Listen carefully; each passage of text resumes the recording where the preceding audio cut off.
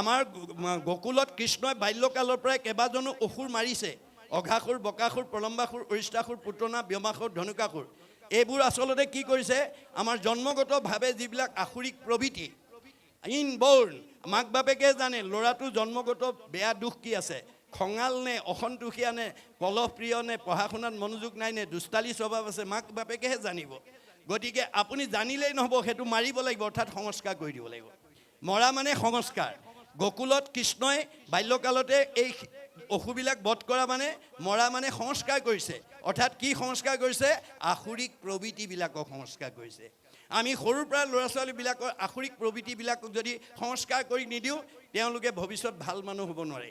তেওঁ এই অসুৰবিলাক যদি বাল্যকালতে নামাৰে, তেতিয়াহ'লে তেওঁ 7-8 বছৰ বয়সত ব্ৰজৰ গোপীসকলৰ লগত তেওঁ মহাৰাস কৰিব নোৱাৰে। মহাৰাস কৰোঁতে ব্ৰজৰ গোপীসকলৰ লগত কৃষ্ণই যেতিয়া মহাৰাস কৰিছিল, তেওঁ তেতিয়া বয়স আছিল 7-8 বছৰ। সেইকাৰণে অনংগ কেলি বুলি কোৱা হয়, অৰ্থাৎ অংগ কেলি তেতিয়ালৈকে হোৱা নাছিল। এই তথ্যই আমাক কি দিছে, যে আমি সৰুৰ পৰা আসুৰিক প্ৰবৃত্তিবিলাক ল'ৰা ছোৱালীৰ মনৰ পৰা আঁতৰ কৰিব লাগিব। তাৰ কাৰণে আপোনালোকৰ ঘৰলৈ অহা আলহী অতিথি ভকত বৈষ্ণৱৰ ওচৰত আপোনালোকৰ সচেতন মাক বাপেকেহে জানিব তেওঁৰ স্কুললৈ পঠিওৱা ল'ৰাটো বা ছোৱালীটো কোন বিষয়ত দুৰ্বলতা আছে। অংকত দুৰ্বলতা নে, ইংৰাজীত দুৰ্বলতা নে, সমাজ অধ্যয়নত দুৰ্বলতা নে, বিজ্ঞানত দুৰ্বলতা নে, ছবিত দুৰ্বলতা, সচেতন মাক বাপেকেহে জানিব। আমাৰ ভাগৱতে কৈছে, তুমি ল'ৰাটো বা ছোৱালীজনী কোনোবা এটা বিষয়ত দুৰ্বলতা আছিল বুলি সিমানতে সীমাবদ্ধ কৰিলে নহ'ব, তাক সবলতালৈ অনাৰ ব্যৱস্থাটো ভাগৱতৰ নীতিৰ মাজেদি কৰিব লাগিব। অৰ্থাৎ আমাৰ ঘৰলৈ অহা সন্ত মহন্ত ভক্ত বৈষ্ণৱ সাধু বৈষ্ণৱৰ ওচৰত আমি ল'ৰাটো বা ছোৱালীজনী আশীৰ্বাদ ল'ব লাগিব। প্ৰভুক, ল'ৰাটো অংকত বৰ দুৰ্বলতা, ছোৱালীজনী ইংৰাজীত বৰ, কৃপা কৰি অকণমান আশীৰ্বাদ দিয়ক। 10জনে যদি মূৰত হাত দি ঈশ্বৰে কৃপা কৰিব, ভালকৈ বছ, সজনৰ আশীৰ্বাদে মিলে কৃষ্ণৰ প্ৰসাদ। আমাৰ কলি যুগত কাৰো ঘৰলৈ বৈকুণ্ঠপতি কৃষ্ণ আহি ল'ৰা ছোৱালীকেইটা পঢ়া শুনাত ভাল হ'ব, পৰীক্ষা ভাল হ'ব, মানে আয়ুষ্মান ভৱ, ঘৰখন মংগল হ'ব বুলি কৃষ্ণ বৈকুণ্ঠৰ প্ৰতি নাহে। কোন আহিব, হৰিৰ মূৰ্তিক হৰি ভক্তক দেখিবা, শক্তি অনুৰূপে তাৰ প্ৰীতি আচৰিবা। আমাৰ ভগৱন্তৰ মূৰ্তিৰূপে ভকত আহিব। কলি যুগৰ মানুহে কৃষ্ণক পাবলৈ পাব, কেনেকৈ পাব, গীতা ভাগৱতত কৈছে, কৃষ্ণক পাইবাৰ জানা ভকতিষে পন্থ, ইহাক কহে গীতা ভাগৱত গ্ৰন্থ। গীতা ভাগৱতে কৈছে যে কলি যুগৰ মানুহে কৃষ্ণক পাবলৈ হ'লে ভকতিৰ মাধ্যমেদি পাব। আৰু সেই ভকতিটো কৰিব লাগিব, ভকতত ভকতি দানে কৰো গুৰু দায়া তনয় অধিক। আমি জন্ম দিয়া ল'ৰা ছোৱালীকেইটাতকৈও আমি ভকত বৈষ্ণৱৰ প্ৰতি শ্ৰদ্ধা ভক্তি মৰম চেনেহটো বেছি হ'ব লাগিব। ভকতে যদি আশীৰ্বাদ দিয়ে, ভগৱানে কৃপা কৰিব। এয়া হৈছে এই শেষ দশমৰ মানে দৰ্শন। ভগৱানে কৈছে, সজনৰ আশীৰ্বাদে মিলে কৃষ্ণৰ প্ৰসাদ। গতিকে এই আদৰ্শৰে আমি উঠি অহা প্ৰজন্মক আমি আগুৱাই নিব লাগিব। আমাৰ নিয়ম সকলো ভাগৱতত দি থৈছে। পাৰিবাৰিক জীৱন, দাম্পত্য জীৱন, যুগ্ম জীৱন, সাংসাৰিক জীৱন, সামাজিক জীৱনত আমি কেনেধৰণে গৈ থাকিলে আমাৰ কোনো বিকাৰে চুব নোৱাৰে, আমি সদায় আগবাঢ়ি গৈ থাকিব পাৰিম, সেই নিয়ম মাত্ৰ আমাক কৈ আছে। এতিয়া সেইকাৰণে কৈছে যে কৃষ্ণত ভকতি বিপ্ৰে ভৈল পূৰ্ণ কাম, সমস্ত সুখৰে মন ভৈল উপশাম। আপোনাৰ যেতিয়া মন মানে ভাৱনাবিলাক, মনৰ কামনাবিলাক পূৰণ হ'ব, তেতিয়াহে আপুনি খোলা হাঁহি মাৰিব পাৰিব। আপোনাৰ মনৰ কামনা পূৰণ নোহোৱা কোনোবা মানুহে খোলা হাঁহি মৰা দেখিছে নেকি? মাৰিলেও সেইটো কৃত্ৰিম হ'ব, মানে সেইটো প্ৰকৃত হাঁহি নহ'ব। গতিকে প্ৰকৃত খোলা হাঁহি মাৰিবলৈ হ'লে আপোনাৰ মনৰ কামনাবিলাক পূৰণ হ'ব লাগিব। আৰু মনৰ কামনাবিলাক পূৰণ হ'বলৈ হ'লে আপুনি কৰ্মবিলাক ঈশ্বৰত অৰ্পণ কৰিব লাগিব। গতিকে যেতিয়া আপোনাৰ মনৰ কামনা পূৰণ হ'ব, তেতিয়া আপুনি খোলা হাঁহি মাৰিব পাৰিব। খোলা হাঁহি মাৰিব পৰা মানুহৰ চেহেৰা ভাল হ'ব, কমনীয়তা বাঢ়িব, পৰমায়ুস বাঢ়িব। আমাৰ বাইবেলত চলোমনে কৈছে, মেৰী হাৰ্ট ডুৱেট good like a medicine, A broken heart dry the bone. যাৰ হৃদয়ত আনন্দ থাকিব, মেডিচিনৰ দৰে কাম কৰিব, চেহেৰা ধুনীয়া কৰিব, কমনীয়তা বাঢ়িব, পৰমায়ুস বাঢ়িব। আৰু যাৰ হৃদয়ত দুখ বেদনাই ভৰি থাকিব, সি আৰু ঘিউ মৌ খাওক, হাড়লৈকে শুকাই যাব। আহাৰে চেহেৰা ভাল কৰিব নোৱাৰে যদি মনটো আনন্দত ৰাখিব নোৱাৰে। মন আনন্দত নাথাকিলে আপোনাৰ ঘিউ মৌ খালে আপোনাৰ চেহেৰা ভাল নহয়। সেইকাৰণে মনটো ভালত ৰাখিবলৈ হ'লে আমি ভগৱন্তৰ গুণ নাম গাব লাগিব, ক'ব লাগিব, শুনিব লাগিব। মূৰ শুনিৰ মল কথা কহন্ত শুনন্ত, মুত বিনে চিত্ত আন দেৱত নেদন্ত, পৰম আনন্দ আকি মনত মিলে। আপুনি আনন্দ বিচাৰিব নালাগে, আনন্দ আপোনাৰ ঘৰলৈ আহিব। আপুনি দুখ বিচাৰিব নালাগে, দুখ আপোনাৰ ঘৰলৈ আহিব। আপুনি যদি ৰাতিপুৱা শুই উঠাৰ পৰা গধূলা খোৱালৈকে ঘৰলৈ অহা আলহী অতিথি ভকত বৈষ্ণৱ বন্ধু বান্ধৱ লগ পালে পৰ চৰ্চা, পৰ নিন্দা, পৰ সমালোচনা কৰে, যিবোৰ সমালোচনাই আনৰ অন্তৰত আঘাত দিয়ে, আপোনাৰ আলোচনাই যদি আনৰ অন্তৰত আঘাত দিয়ে, আপোনাৰ কি হ'ব? ভগৱানে কৈছে পাপায় পৰপীড়নম। কাক আঘাত দিছে? চবতে ময়ে আছোঁ। মোকে আঘাত দিব, মোকে দুখ দিব, মোকে অন্যায় কৰিব, আকৌ মই তেওঁক ভালে ৰাখিব, নহ'ব। ভাগৱত শুনি আমি সেই বেয়া স্বভাৱ এৰিব লাগিব। সেইকাৰণে দাৰ্শনিক পণ্ডিতে কৈছে bed is bed and good is good, do bed never never and do good ever ever. বেয়াটো সদায় বেয়া, তাক ত্যাগ কৰিব, ভালটো সদায় ভাল, তাক আঁকোৱালি ল'ব। এয়াই হৈছে ভাগৱতৰ দৰ্শন। গতিকে এই শিক্ষা আমাক দিছে। তাৰপিছত কৈছে ভৈলন্ত সৰ্বজ্ঞ জানিলন্ত কৃষ্ণ সাৰ, ভৈলা অলম্পট তেজী ভক্তি ব্যৱহাৰ। মানে এই শ্ৰুতদেৱ জীৱনৰ বৈশিষ্ট্য কি? তেওঁ পৃথিৱীত কৃষ্ণই সাৰ, বাকীবিলাক অসাৰ। এই জ্ঞানটো হ'লে আৰু আমি বেছি শাস্ত্ৰ পঢ়িব নালাগে। জানৈ যিটো ধৰ্ম কৰ্ম ইটো বন্ধ, তাকো এৰি কৰৈ মোৰ সেৱাটো প্ৰবন্ধ, নপঢ়িলে শাস্ত্ৰ একো নপাৰে খণ্ডিত, তথাপিতো জানিবাহা সেহিহে পণ্ডিত।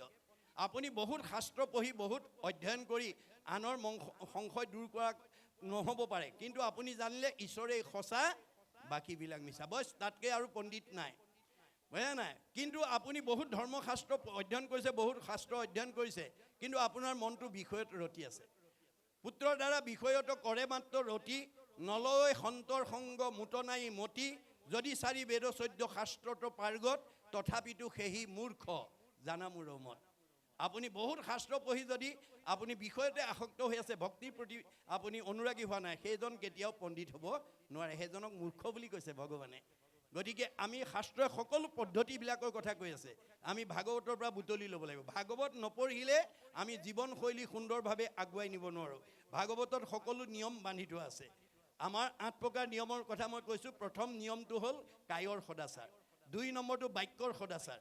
আমাৰ আজি কথা ক'ব নজনাৰ কাৰণে আপোনালোকৰ এই 13খন গাঁৱৰ বহুত পৰিয়ালৰ কাৰোবাৰ স্বামী স্ত্ৰীৰ মাজত মনোমালিন্য, কাৰোবাৰ শাহু বোৱাৰীৰ মাজত মনোমালিন্য, কাৰোবাৰ দেউৰেক নবৌকৰ মাতবোল নাই, কাৰোবাৰ সীমা ঘৰীয়াৰ মাজত মাতবোল নাই, কাৰোবাৰ ককাই ভাইৰ মাজত মাতবোল নাই। গণ্ডগোল ক'ত লাগিলে? কথা ক'ব নাজানে। কথা ক'ব নাজানিলে আপুনি কেতিয়াও পাৰিবাৰিক জীৱন, দাম্পত্য জীৱন, যুগ্ম জীৱন, সাংসাৰিক জীৱন, সামাজিক জীৱনত আপুনি মিলা প্ৰীতিয়ে থাকিব নোৱাৰিব। গতিকে আমি কথা কেনেকৈ ক'ব লাগে, আমাৰ ভাগৱতে নিয়ম বান্ধি দিছে। কেনেকুৱা হ'ব লাগিব? সত্য প্ৰিয় হিত। আমি সদায় সঁচা কথা ক'বলৈ যত্ন কৰিব লাগিব। সঁচা কথা কোৱা মানুহে কালৈ ভয় নকৰে, সাহসেৰে কথা কয়, মূৰ তুলি কথা কয়। আৰু মিছা কথা কোৱা মানুহে সদায় তললৈ মূৰ কৰি থাকে, ধৰা পৰাৰ ভয় কৰে।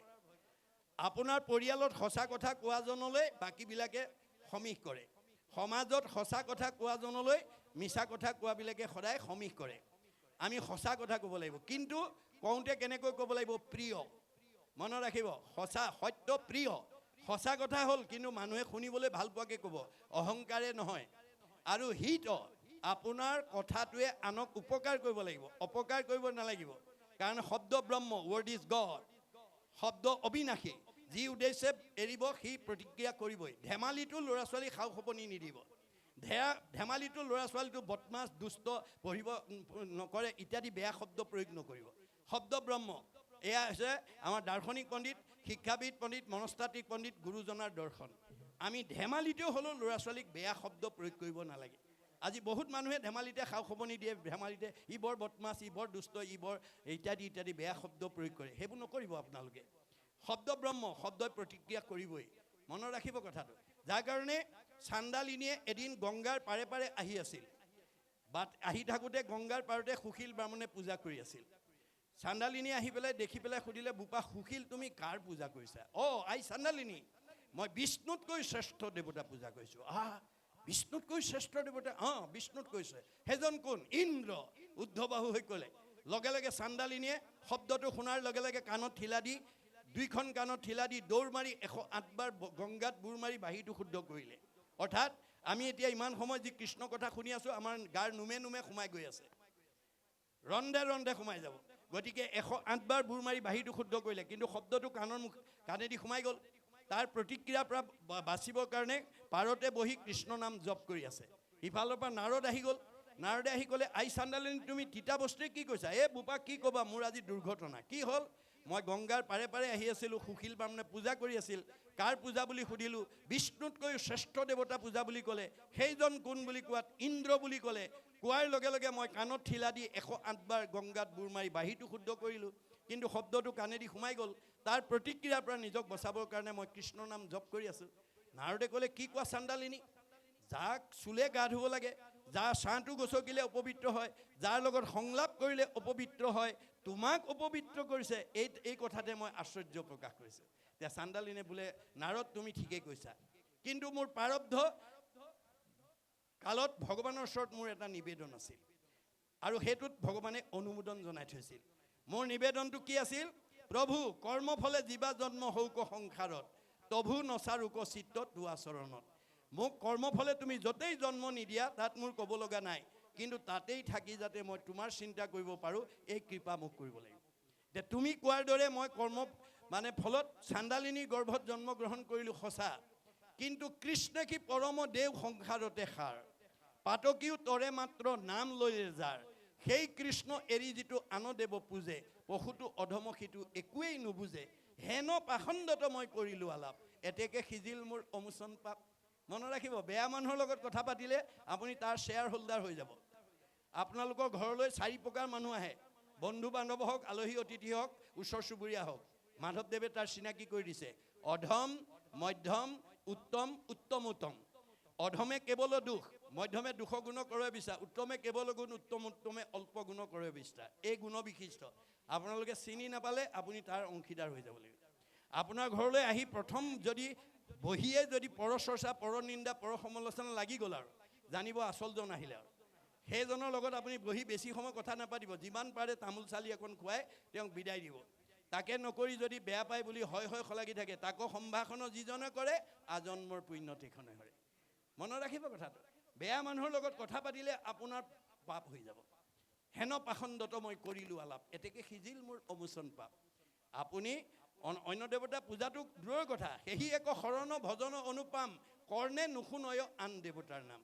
আন দেৱতাৰ নাম কাণে শুনিলেও দুখ হয়, গতিকে তেওঁ কাণেৰে শুনাৰ কাৰণে দুখ হ'ল বুলি তেওঁ সেই ব্যৱস্থা কৰিছে। তেওঁ নাৰদে ভাবিলে, আৰে মইতো 12 বৈষ্ণৱৰ ভিতৰত এই মুহূৰ্তলৈকে মই নিজকে শ্ৰেষ্ঠ বৈষ্ণৱ বুলি ভাবিছিলোঁ, আৰু এওঁকতো নিজ জাতি বুলি গণ্য কৰিছিলোঁ, কিন্তু এওঁৰ বক্তব্য দেখোন আজি মোক দিব্য জ্ঞান প্ৰদান কৰিলে। অতি পাতকী কৰি হৰিষ, ধিয়াৱৈ কৃষ্ণক এক নিমিষ, ভৈল পুণ্যশালী সিও বিচিত্ৰ, পবিত্ৰ কাৰিকো কৰে পবিত্ৰ। নাৰদ 12 বৈষ্ণৱৰ ভিতৰত শ্ৰেষ্ঠ বৈষ্ণৱ আছিল, তেওঁক হীন জাতি বুলি ভাবিছিল, কিন্তু তেওঁৰ বক্তব্যই তেওঁক আমূল পৰিৱৰ্তন আছিলে, আৰু নিজে প্ৰকাশ কৰিলে, চাৰিও বেদৰ তত্ত্ব তই আছ জানি, তই সি উত্তম জাতি তই মহাজ্ঞানী, তীৰ্থকো পবিত্ৰ কৰে ইটো কোন চুইত, তোক দৰ্শনে হুৱে জগত প্ৰবৃত। মনত ৰাখিব কথাটো, আপুনি ভকত সেৱা কৰিলেও আপোনাৰ পাপ মোচন হ'ব। আপোনালোক যিসকলে আজি ভাগৱত শুনিবলৈ ঘৰৰ পৰা ওলাই আহিছে, বাটত যদি কোনোবা বন্ধু বান্ধৱে আপোনাক লগ পাই দুআষাৰ কথা পাতিছে, তেতিয়াহ'লে সেই কথা পতাজনৰ কি হ'ব বুলি কৈছে? বেদে কৈছে, বৈষ্ণৱালয় সমীপ স্থান, বিষ্ণু সেৱাৰ্থে গতান, চাণ্ডালান পতিতান পিস্পৃষ্টুৱা ন স্নান মাছৰে। নামঘৰৰ কাষত বাস কৰা লোক, হৰি কথা শুনিবলৈ অহা লোকক দৈৱবশে যদি দৰ্শন পৰ্শন হয়, ইমানেই পুণ্য হয়, তেওঁ গা নুধুলেও হয়। মনত ৰাখিব কথাটো, এই কথাটো বিজ্ঞানসন্মত।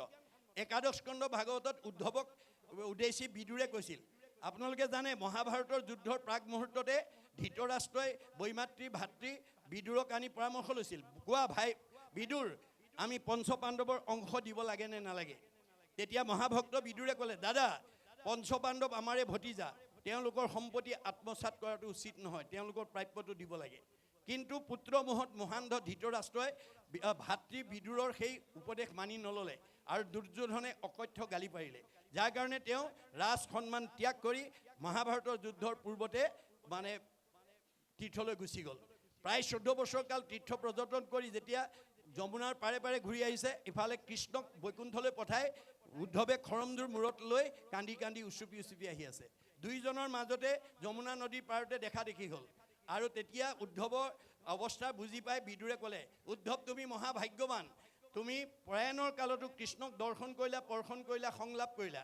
মই দুৰ্ভগীয়া, মই লগ নাপালোঁ, কিন্তু ভগৱানে মোক এটা সুবিধা দিলে, তুমি যিহেতু কৃষ্ণক দৰ্শন পৰ্শন কৰি আহিছা, তোমাক চুলেও মই সমান পুণ্য পাম। কৃষ্ণ পদ পৰশীয়া আশী আছা বাপ, তোকচুই হওঁ মই পৰম নিষ্পাপ ঐ বন্ধু উদ্ধৱ সাৱতি ধৰ মোক শুনি দশ গুণে উধাই উদ্ধৱৰ সুখ উদ্ধৱে তেতিয়া সেই কথা জানি তেওঁ বেছি দুখ লাগিছে যে কৃষ্ণ কথা পতা শুনা মানুহজনক আনে চুলে চালেও মানে পুণ্য হয়। এইটো অকল হিন্দু দৰ্শন নহয়, মুছলিমবিলাকে যেতিয়া হজ কৰিবলৈ যায় দুখীয়া মানুহবিলাক আৰবলৈ যাব নোৱাৰে, ধনী ধনী মানুহবিলাক যায়। যেতিয়া হজ কৰি ঘূৰি আহে বহুত হাজাৰ হাজাৰ দুখীয়া মানুহে প্ৰথম দৰ্শনৰ কাৰণে আগবাঢ়ি যায়, কাৰণ তেওঁলোকে হজ কৰি আহোঁতে যিটো পুণ্য প্ৰথম দৰ্শন কৰাজনে সমান পুণ্য।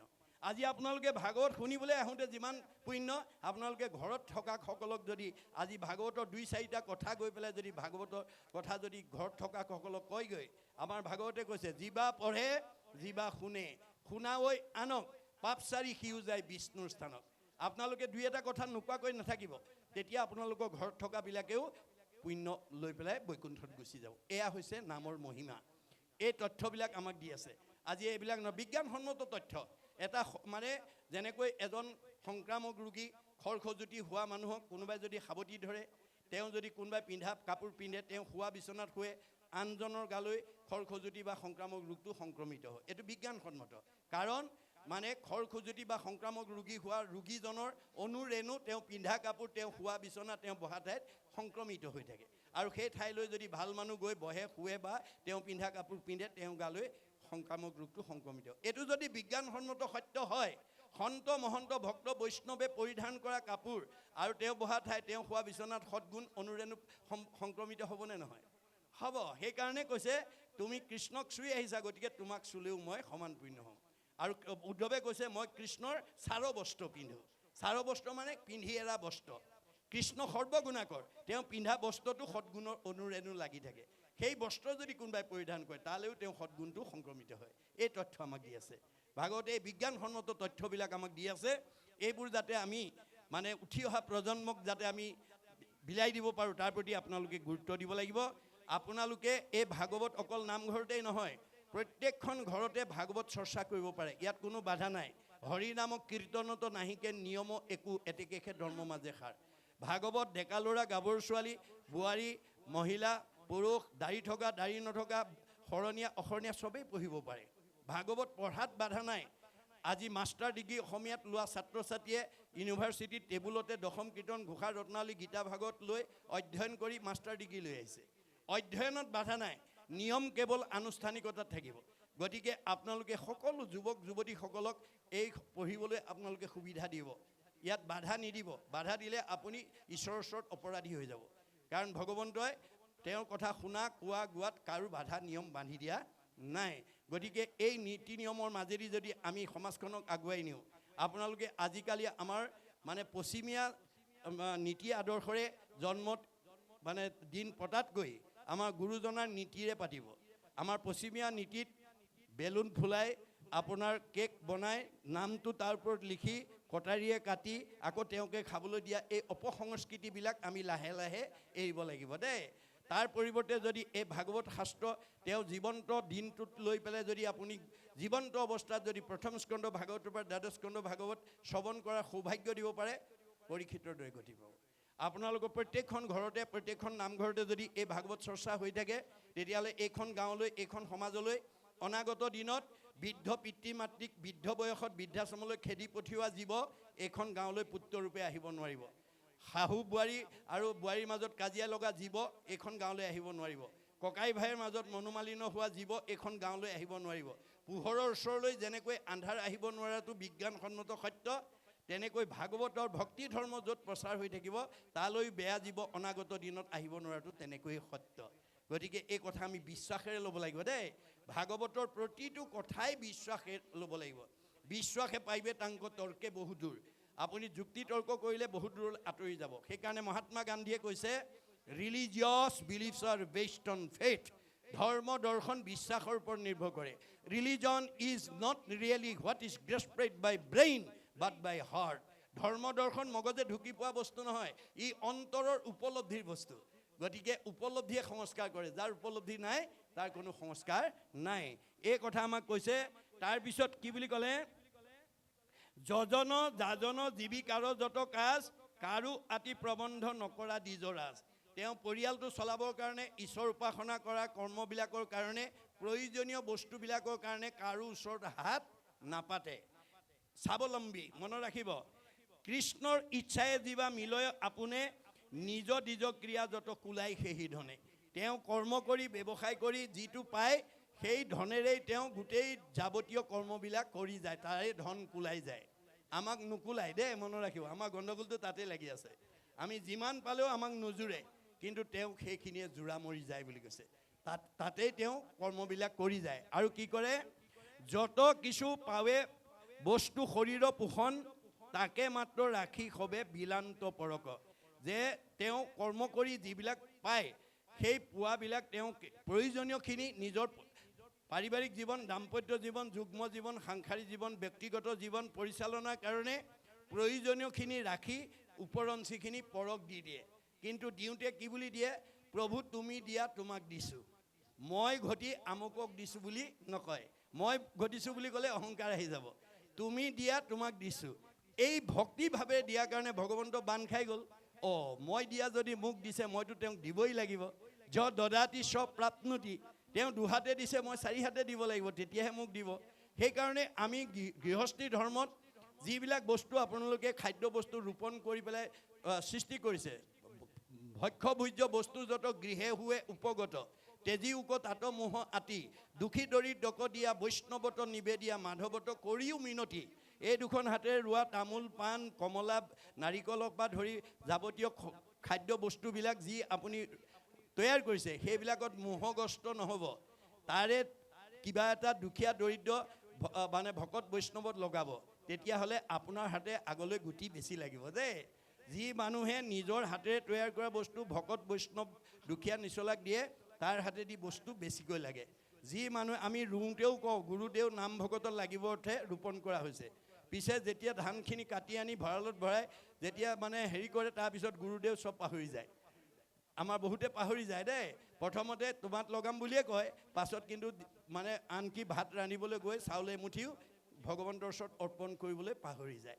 কিন্তু আমাৰ ৰন্ধনৰ যিটো আমাৰ খাদ্য সংস্কাৰ, আমাৰ বেদৰ মানে শাস্ত্ৰৰ মতে যে আমাৰ অন্ন সদাচাৰটো আইসকলৰ ওপৰত নিৰ্ভৰ কৰিছে। আইসকলে আমাৰ স্বাভাৱিকতে পৰিয়ালৰ ঘৰৰ স্বামীকে প্ৰমুখ্য কৰি পৰিয়ালবৰ্গক অন্ন আদি ৰন্ধন কৰি খুৱায়। আইসকলে ৰন্ধন কৰি খোৱা দ্ৰব্যবিলাক খোৱাৰ লগে লগে আমাৰ প্ৰত্যেকৰ শৰীৰতে 7 ধাতুৰ সৃষ্টি হয়। অন্নৰ পৰা ৰস, ৰসৰ পৰা তেজ, তেজৰ পৰা মাংস, মাংসৰ পৰা মেদ, মেদৰ পৰা হাড়, হাড়ৰ পৰা মজ্জা, মজ্জাৰ পৰা শুক্ৰ, শুক্ৰৰ পৰা সতী সন্তান জন্ম হয়। অন্ন শুদ্ধ হ'লে ব্ৰহ্ম শুদ্ধ হ'ব, ব্ৰহ্ম শুদ্ধ হ'লে সতী সন্তান শুদ্ধ হ'ব। এতিয়া আইসকলে অন্ন শুদ্ধ কেনেকৈ কৰিব? আনক সুধিব নালাগে, গীতা ভাগৱতে কৈছে, সবে কৃষ্ণত পৰ জানিবা নিশ্চয়, অৰ্পণা নভৰিলে কিছু ফল নধৰে। আমাৰ আইসকলে ৰান্ধিবলৈ নিয়া চাউল মুঠি ধোৱাৰ আগতে কৃষ্ণত এমুঠি অৰ্পণ কৰি ল'ব লাগে। ধোৱাৰ আগতে এমুঠি চাউল হাতত লৈ, আমাৰ সংঘ অনাসংঘ বামুণীয়া কীৰ্তনীয়া সত্ৰ সমাজ বুলি নহয় দেই। আমাৰ শংকৰদেৱে ভাগৱত শাস্ত্ৰখন কোনো জাতি জনগোষ্ঠী কোনো বিশেষ সমাজক উদ্দেশ্যি কৰা নাই। তেওঁ এই ভাগৱতৰ ধৰ্মৰ মাজেদি বিশ্বৰ মানৱক আহ্বান কৰিছে। উবা নৰলোক হৰি ভজি উক, ধৰা ইটো উপদেশ, এৰা আলজাল জীৱা কতকাল, জৰা ভৈল পৰৱেশ। তেওঁ এই ভাগৱতৰ মাজেদি পৃথিৱীৰ জীৱশ্ৰেষ্ঠ মানুহক আহ্বান জনাইছে, তোমালোকে ঈশ্বৰক ভজিবলৈ শিকা, নহ'লে জীৱন অসাৰ্থ হৈ যাব। যিটো আহ্বানৰ ওপৰত অধ্যয়ন কৰি মহাত্মা গান্ধীয়ে মন্তব্য কৰি থৈ গৈছে, কি বুলি? What Shankardeva was alone able to do, nowadays the whole army of the English knowing people cannot do. বিশ্বত এতিয়ালৈকে যিমানবিলাক গুৰু আৱিৰ্ভাৱ হ'ল, শংকৰদেৱে বিশ্ব মানৱৰ কাৰণে যিমান অৱদান দি থৈ গৈছে কোনো গুৰুৱে দিব পৰা নাই। আৰু সেইজন গুৰু অসম মাতৃৰ বুকুত আৱিৰ্ভাৱ হোৱাৰ কাৰণে অসমবাসীক ভূয়সী প্ৰশংসা কৰিছে মহামানৱ মহাত্মা গান্ধী। কি বুলি? Assam is indeed fortunate, for Shankardeva has 5 centuries back given to Assamese people an ideal which is also my ideal of Ram Rajya. মই যিখন ৰাম ৰাজ্য অসমত প্ৰতিষ্ঠা কৰাৰ মানস কৰি আহিছিলোঁ, শংকৰদেৱে 500 বছৰৰ পূৰ্বতে সেই ৰাম ৰাজ্য অসমত প্ৰতিষ্ঠা কৰি থৈ গৈছে। অসমবাসী সঁচাকৈয়ে ভাগ্যৱান। কিন্তু আজি অসমৰ মানুহে গুৰুজনাৰ দৰ্শন সঠিকভাৱে নোলোৱাৰ কাৰণে আমাৰ মাজতে বিভাজন হৈ আছে।